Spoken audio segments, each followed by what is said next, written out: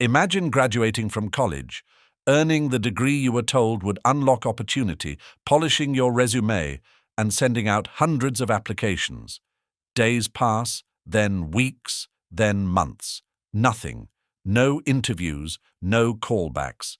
Sometimes not even a rejection email, just silence. Now imagine discovering that most employers never actually saw your application in the first place. In 2026, roughly 75% of all resumes and job applications are reviewed and rejected automatically by AI-powered hiring systems before a human recruiter ever looks at them. For millions of Gen Z workers entering the labor market, that's not a dystopian future. That's reality. And while politicians, economists, and business leaders continue talking about a strong economy, a growing number of young people are asking a simple question: if the economy is doing so well, why can't we get a job? Because beneath the headlines lies a structural breakdown that is transforming the path from education to employment, and Gen Z is the first generation being forced to navigate it. The numbers are alarming. According to recent labor market data, underemployment among recent college graduates has surged to levels not seen since the economic disruptions of 2020. At the same time, entry-level job postings increasingly demand multiple years of professional experience. Think about that for a moment. An entry-level position requiring years of experience. It's a contradiction. Companies hired promising candidates and invested in training them. The first few years of employment served as an apprenticeship. Workers learned on the job. Businesses developed talent. Everyone benefited. That model is disappearing. Instead of training employees, many organizations now expect candidates to arrive fully prepared from day one. The burden of professional development has shifted from employers to workers. Companies want employees who can immediately generate value. They want finished products, not potential. This shift didn't happen overnight. It accelerated after the 2008 financial crisis, when firms became obsessed with efficiency, cost reduction, and maximizing quarterly results. Training programs were reduced. Mentorship opportunities declined. Long-term workforce development became less important than short-term productivity. As a result, companies began demanding more qualifications for the same jobs, a process known as credential inflation. Positions that once required a high school diploma now require a bachelor's degree. Roles that once required a bachelor's degree now prefer a master's. And even after obtaining those credentials, applicants often find themselves competing against experienced professionals for supposedly entry-level positions. The ladder into the middle class is still standing, but the bottom rungs have been removed. Technology has made the problem even worse. Most large employers now use applicant tracking systems, commonly known as ATS software. These systems automatically filter applications before recruiters review them. The software scans resumes for specific keywords, qualifications, certifications, and years of experience. If an application fails to meet predefined criteria, it is rejected instantly. No conversation, no explanation, no second chance. The candidate simply disappears into the digital void. For employers, this system saves time. For applicants, it creates a nightmare. A recent graduate may have the intelligence, motivation, and potential to excel in a role. But if they lack a specific keyword or enough years of experience, the system eliminates them before anyone can evaluate their capabilities. Hiring has become less about potential and more about passing automated filters. And because companies increasingly refuse to train workers, they often fill junior positions with candidates who are already overqualified. Workers displaced from mid-level jobs move downward. Experienced professionals compete for entry-level roles. Recent graduates are pushed even further out. The result is a cascading effect.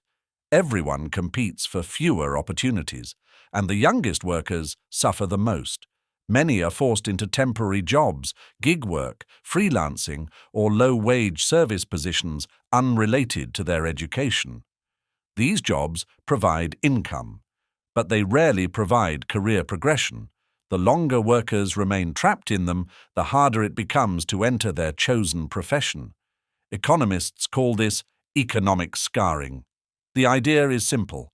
Entering the labor market during a weak period can reduce earnings for years or even decades. Early career setbacks compound over time. Lower wages lead to slower savings.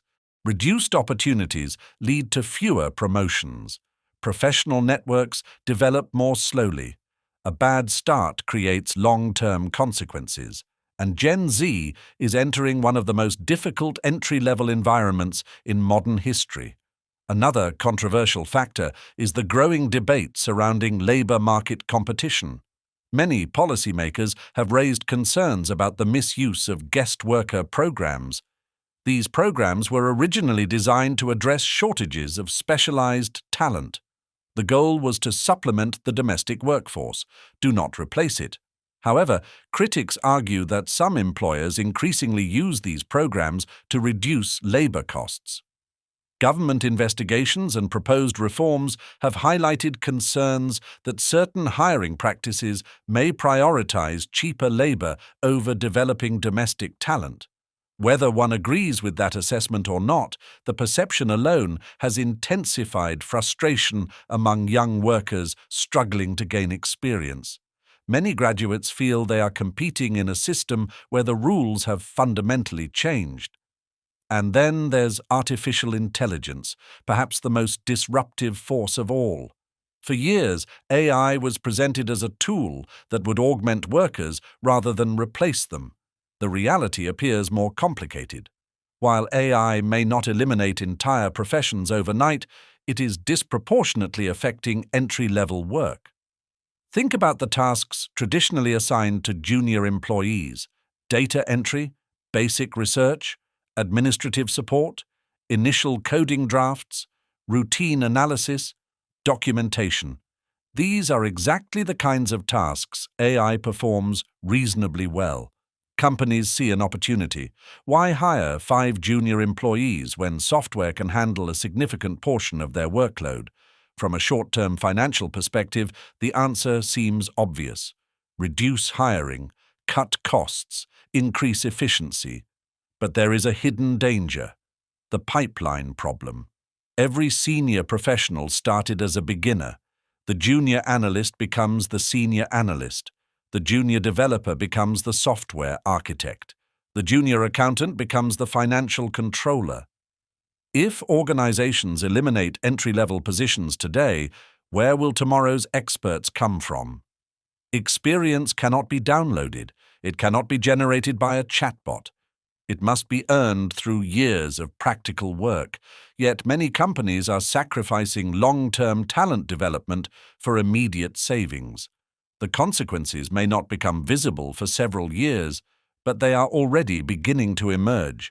Businesses increasingly complain about talent shortages while simultaneously reducing opportunities for young workers. They need experienced employees, but they are investing less in creating them. It's a contradiction that threatens the future workforce.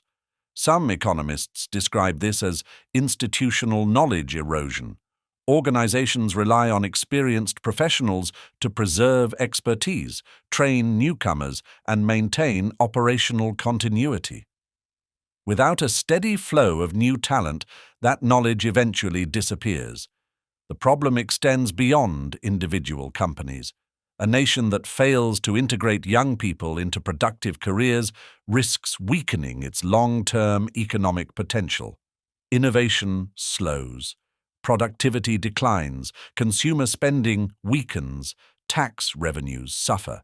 The effects ripple throughout the economy. And the data suggests many business leaders are struggling with uncertainty. Studies show that executives are overwhelmed by information, increasingly reliant on automated systems, and often unsure how to navigate rapid technological change. In response, some organizations have attempted to automate more decisions. More hiring, more management, more evaluation, more forecasting. But automation cannot fully replace human judgment, especially when dealing with human potential. A resume cannot perfectly predict future performance. A keyword cannot measure creativity. An algorithm cannot always identify determination, resilience, leadership, or adaptability. Some of the world's most successful professionals would likely have been filtered out by today's hiring systems. They succeeded because someone gave them a chance many young workers no longer receive. This is what makes the current moment so important. The challenge facing Gen Z is not simply a bad job market. Every generation experiences economic cycles. The challenge is that the structure itself is changing. The traditional progression from education to employment is breaking down.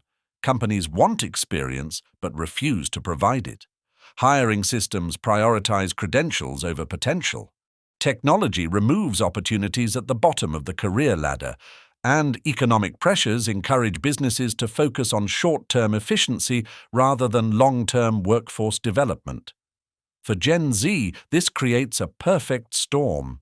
A generation that invested heavily in education is discovering that education alone is no longer enough.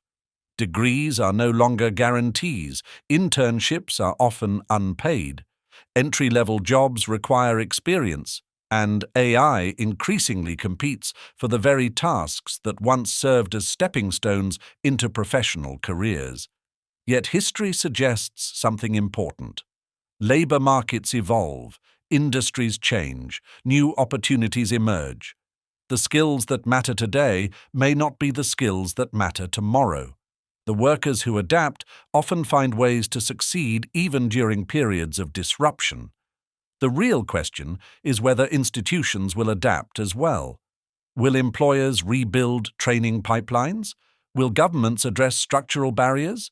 Will companies recognize that investing in young workers is not a cost, but a necessity?